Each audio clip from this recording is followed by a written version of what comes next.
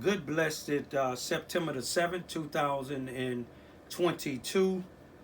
It's Wednesday. It's about 1:15 a.m. in the morning. Yes, I'm up that early.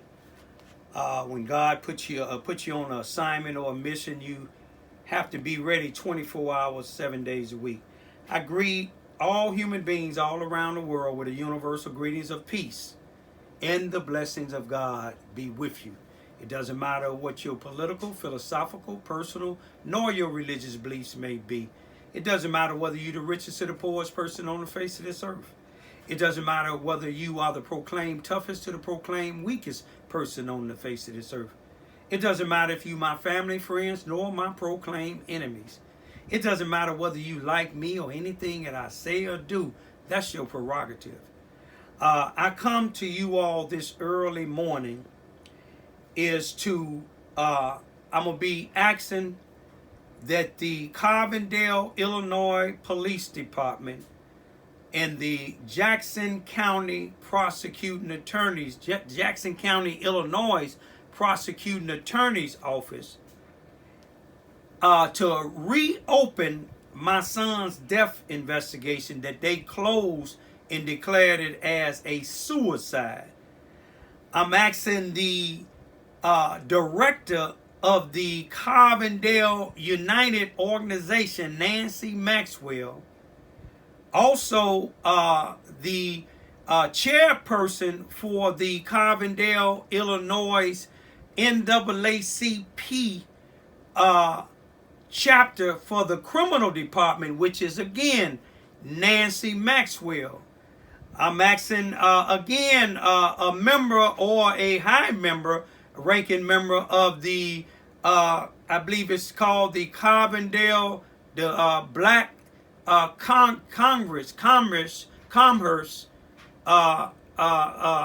Carbondale, Illinois. Nancy Maxwell is a part of that.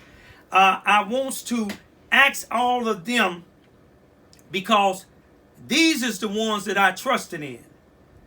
I trusted in the NAACP chapter to help me look into the hanging, the lynching, the death, the murder of my son, Brian Lamont Johns, which happened in Carbondale, Illinois, in their jurisdiction on Friday, March the 19th, 2021, in the 400 block of Oakland Street on the 3rd floor in the hallway where he was found hung on a railing in the Gaslight Apartments.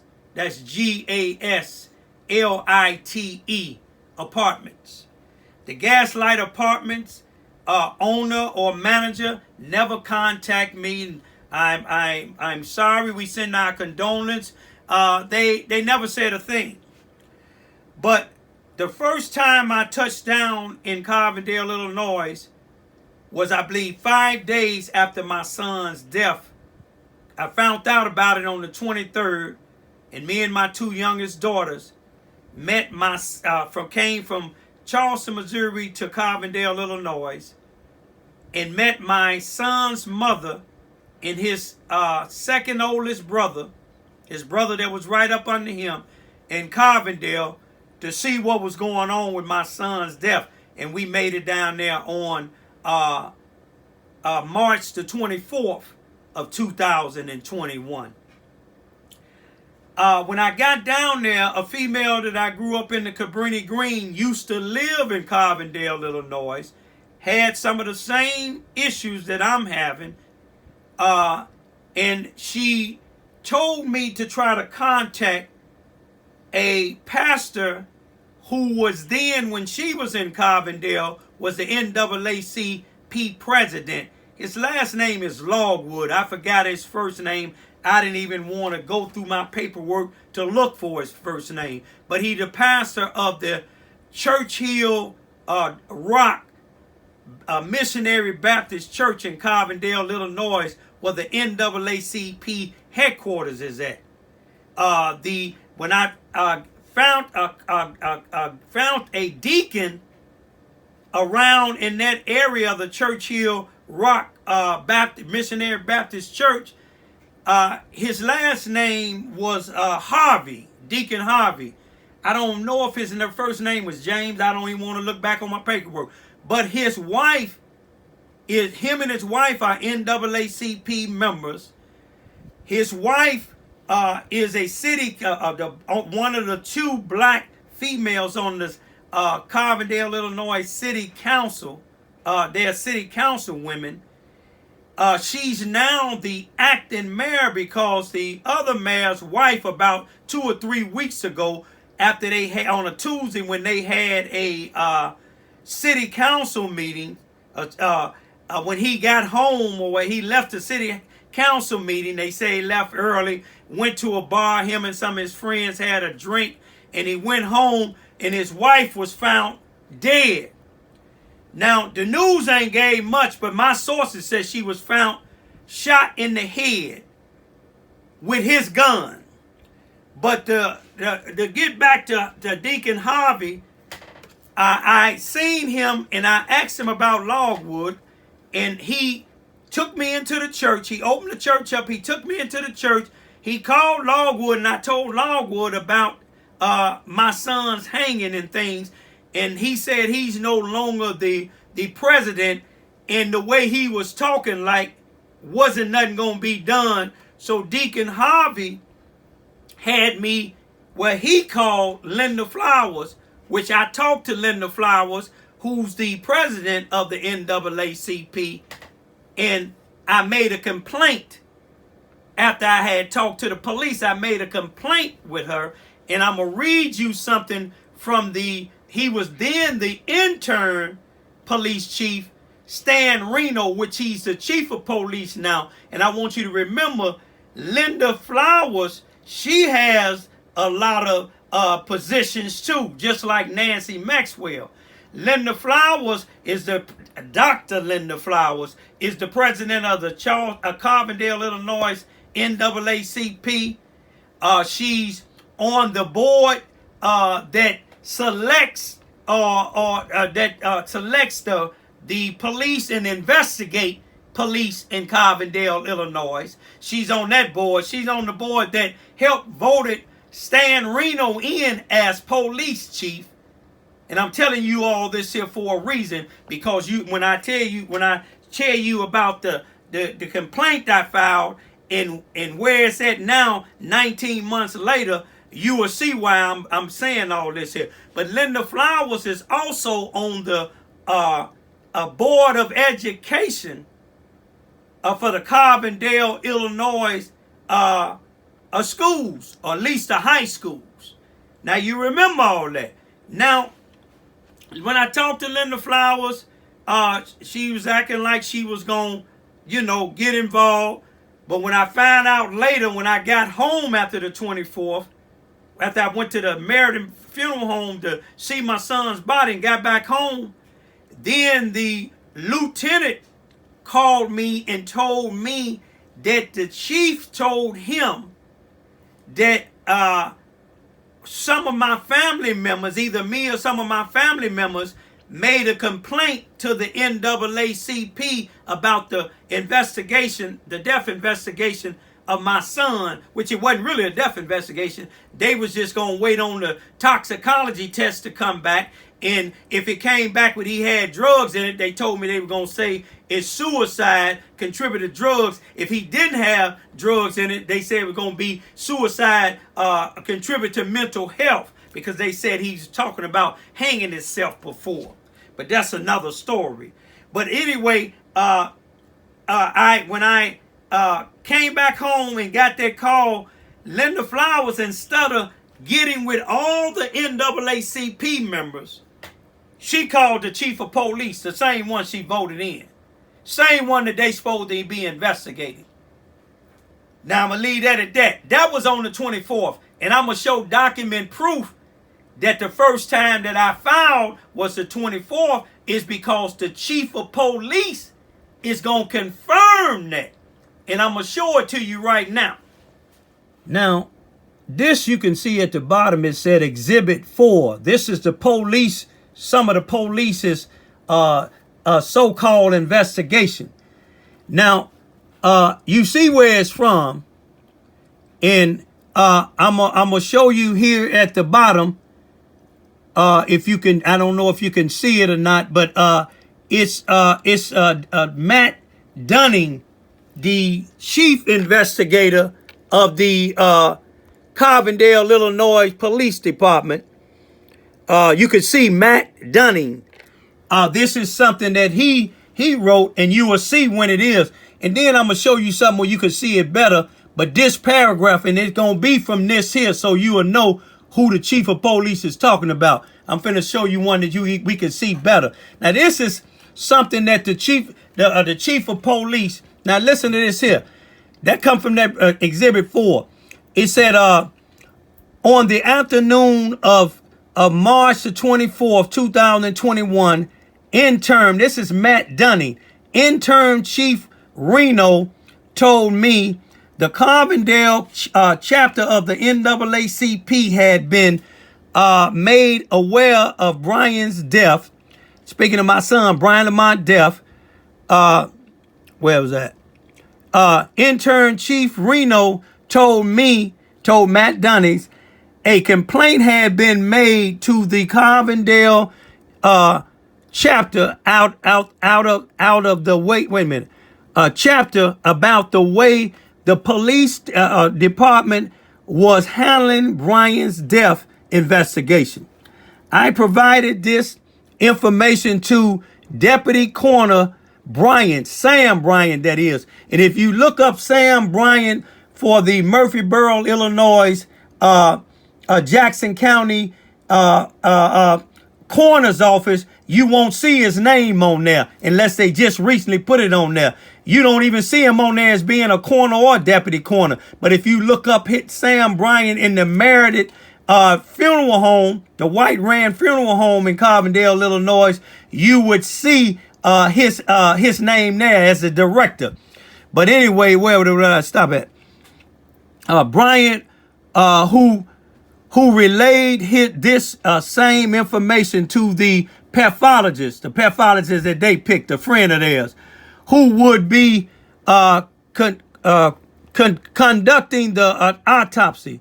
Dr. Freeney, Deputy Coroner Bryant, called me back and told me Dr. Freeney had extended an offer to the NAACP to send in an impartial, non-family member to attend the autopsy.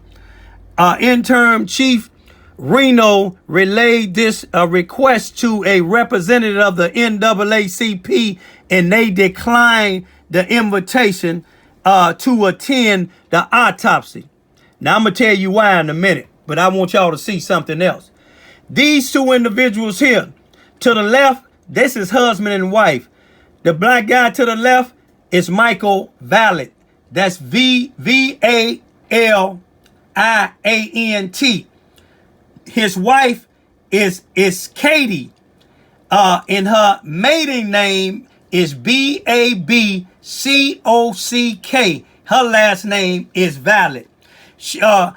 Katie and Michael had been spending my son's food. Matter of fact, they took advantage of my son's addiction to drugs and homelessness. Now, Michael Vallant be working with some of these programs. He been to the penitentiary for murder and drugs about 17 years when he was about 16, 17 years old. And he was in the pen with my son. He was in prison with my son. And my son got back out and thought he was his friend. My son got back addicted to drugs. And Michael Vallant and his wife was taking advantage. Now, the prosecuting attorney, you will see him in some of my YouTube video with Nancy Maxwell, saying that they need the community to help get convictions. Now, I gave them information after they seen it on video at the stores. Both of these individuals spending my son food stamps before and after 30-something days after my son's death.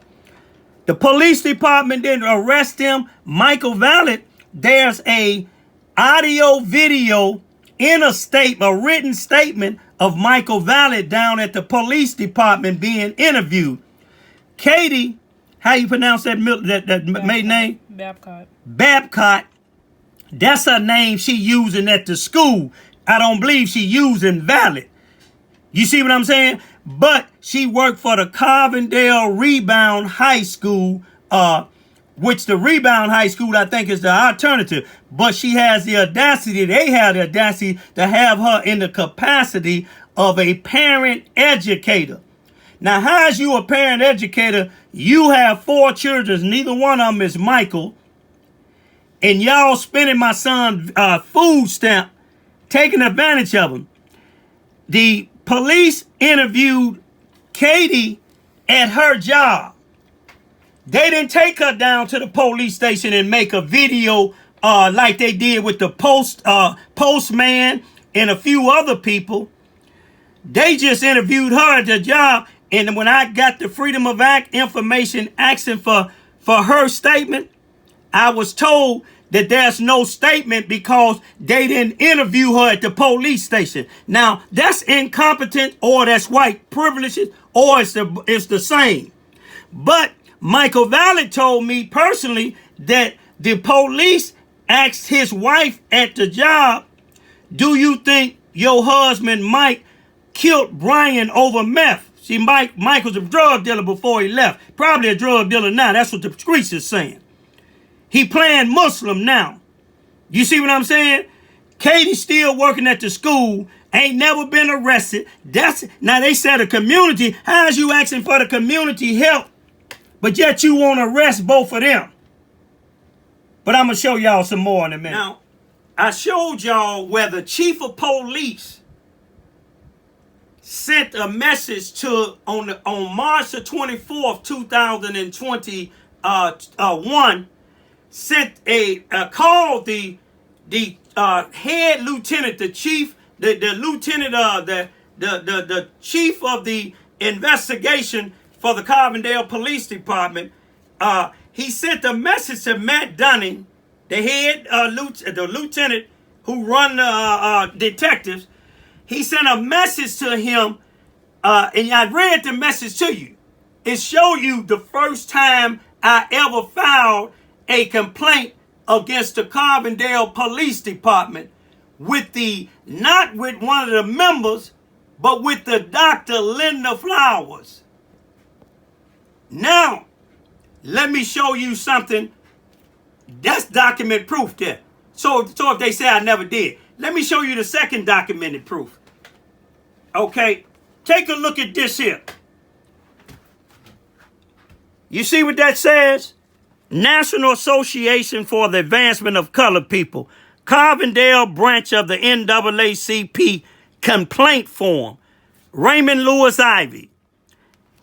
That's page 1 of it. That's page 2 of it. That's page 3 of it. This is page 4. On page 4, I want you to look and see when it was filed. May 11, 2021.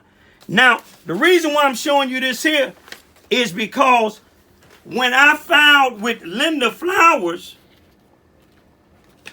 then I went to a event where a black city council lady had just been elected the last April, I believe, of 2021. But they had a celebration for her on May the 10th of 2021. And some people invited me to it so I can tell my son's story. And I came there and I contacted Nancy Maxwell, somebody gave me her information, and told her that I was going to be in Carbondale at this. And she said she was going too, but she made it late. And I see why she made it late, because she wasn't there for the celebration. She was there to represent something that she has, that a program of hers, not to honoring the electee. You see what I'm saying? Not being really concerned to my son, but she the one gave me this paper, this complaint form on May the 10th, 2021. So I filed it by email a little bit after midnight, working like I'm doing now.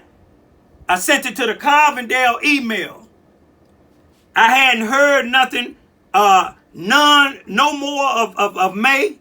You know, normally when you send a email to somebody, they send you a confirmation email, and then they'll tell you some type of results. It's like when you send an email or something concerning a job, they'll tell you, I'm not hiring right now, but they'll give you a response. I didn't get no response over a month later, which was June the 24th of 2021. So I contacted a NAACP member who didn't even know about my son's death, because Linda and Nancy and Dr. Weaver, another female that's a part of that NAACP, Logwood, and another thing is Deacon Harvey, his wife, I talked to her about it on the 24th. But anyway, I didn't hear nothing from them, so I contacted this one other NAACP member, and then he sent an email to Linda Flowers' personal email, to Nancy Maxwell personal email.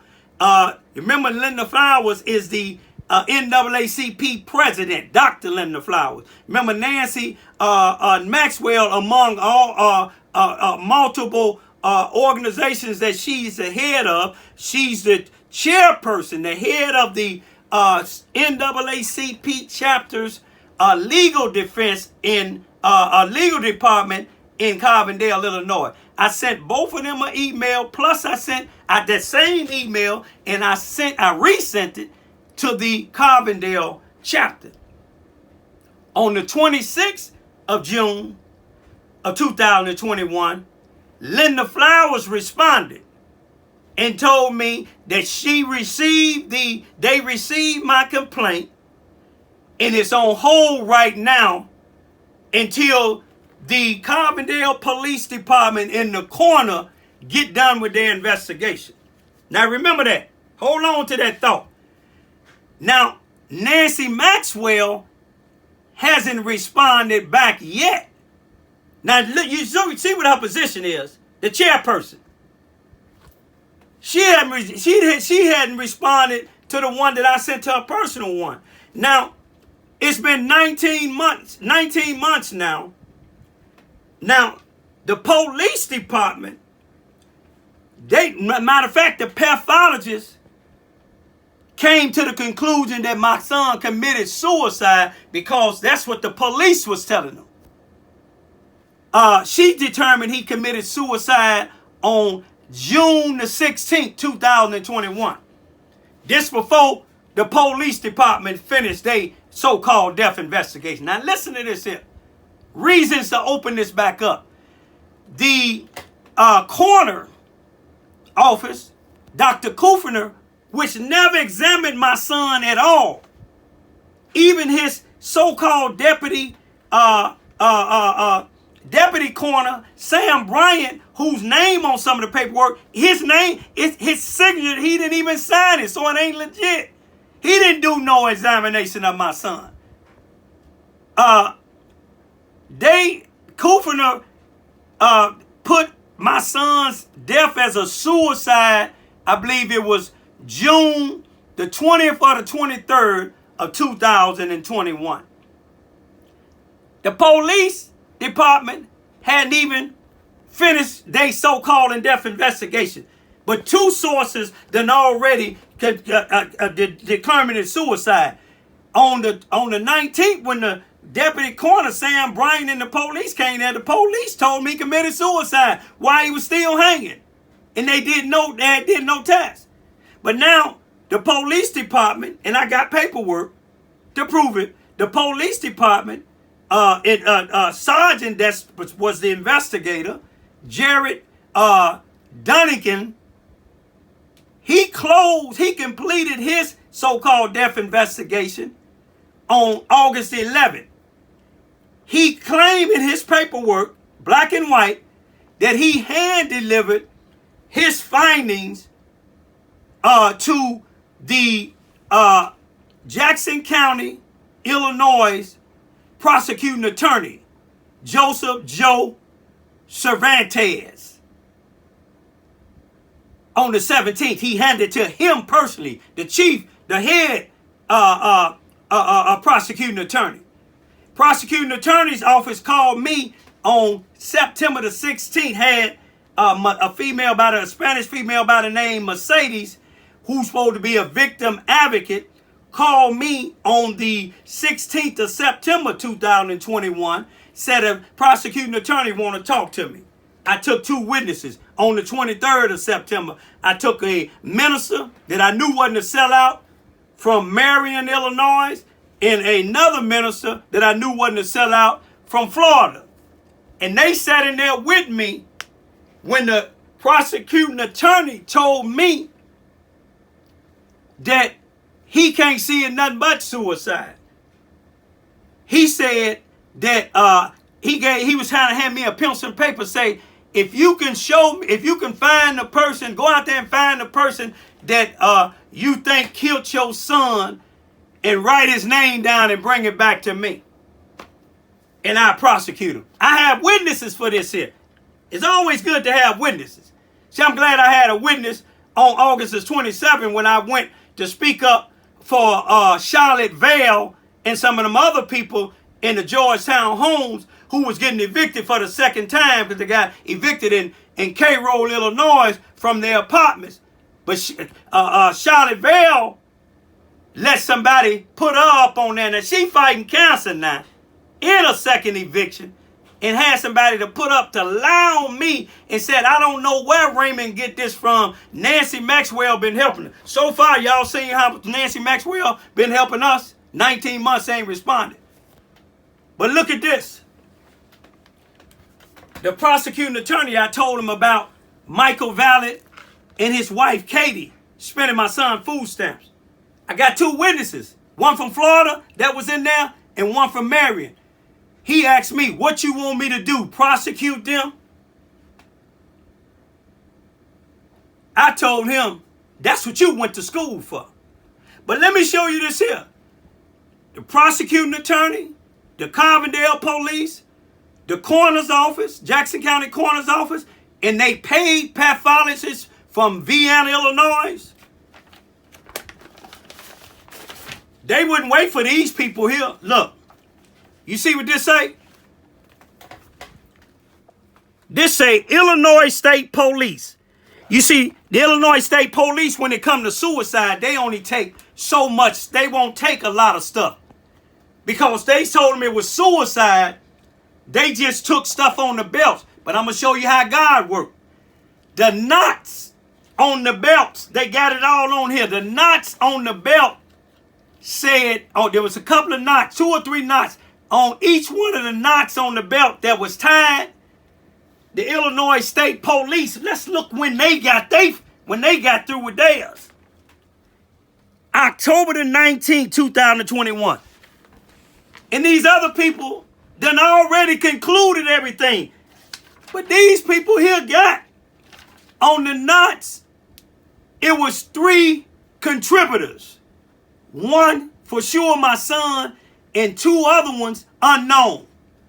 On the little rivets, 2 contributors. 1 my son, other one unknown. On the buckle, 2 contributors. 1 my son, another one unknown. Now, how did you complete a death investigation in the Illinois State Police with the limited stuff they got? Imagine if they had my son's body. Imagine if they had the blue jeans with a spot of blood on it. The gym shoe with a spot of blood on it. The money that was balled up in his hand that the so-called deputy coroner Sam Bryant told me he pried his hand open and got $3 out and blood was on that. That didn't go to the lab. And let me tell you another thing. My son, if you look at the toxicology test, my son had way over the amount, the normal amount of methamphetamine. He had antidepressants and 3 other type of drugs in him. How is he going to be stable enough to take a belt, tie it first?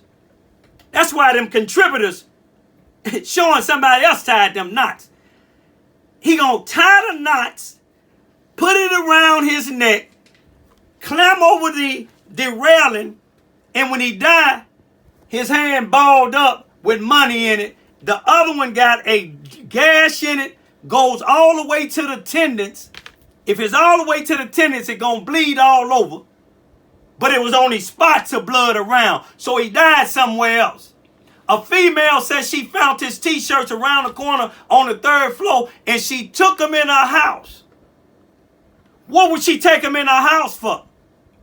If they would have looked in her house, that might have been where he died, because she was a drug addict, a white female that dealt with drug dealers and drug addicts. You see what I'm saying? And she found all of this stuff for my son. But I'm going to leave it right here. I want y'all to help me get this open back up. Tell me why today. I filed on the 24th. The chief confirmed that. I got the complaint form from Nancy Maxwell on the 10th of May of 2021. I filed it by email. Nancy never responded. And today, they haven't even sent me nothing. Because you know why they ain't sent me nothing? Saying, because the case, they said wait until the case is closed. The police closed the case in August. The coroner closed the case in June. And that was 2021. This is September 2022. That go to show you, I put my confidence, not faith, I put my confidence in the NAACP. I put my confidence in the police department. I put my confidence in the coroner's department. I put my confidence in the state's attorney's office. And I put my confidence in the pathologist. But they all failed me. You know why? Because my son was homeless. He was black. He was a drug addict. And he'd been to prison. Now, when the mayor wife, two or three Tuesdays ago, when he came home and she was found dead, and it said that she was shot in the head and it was his gun, the Carbondale police immediately got the Illinois State Police to investigate. If they'd have got the Illinois State Police to get my son's body, they would see a cover-up. But I'm going to leave it to this. But I ain't through, y'all. Peace be still.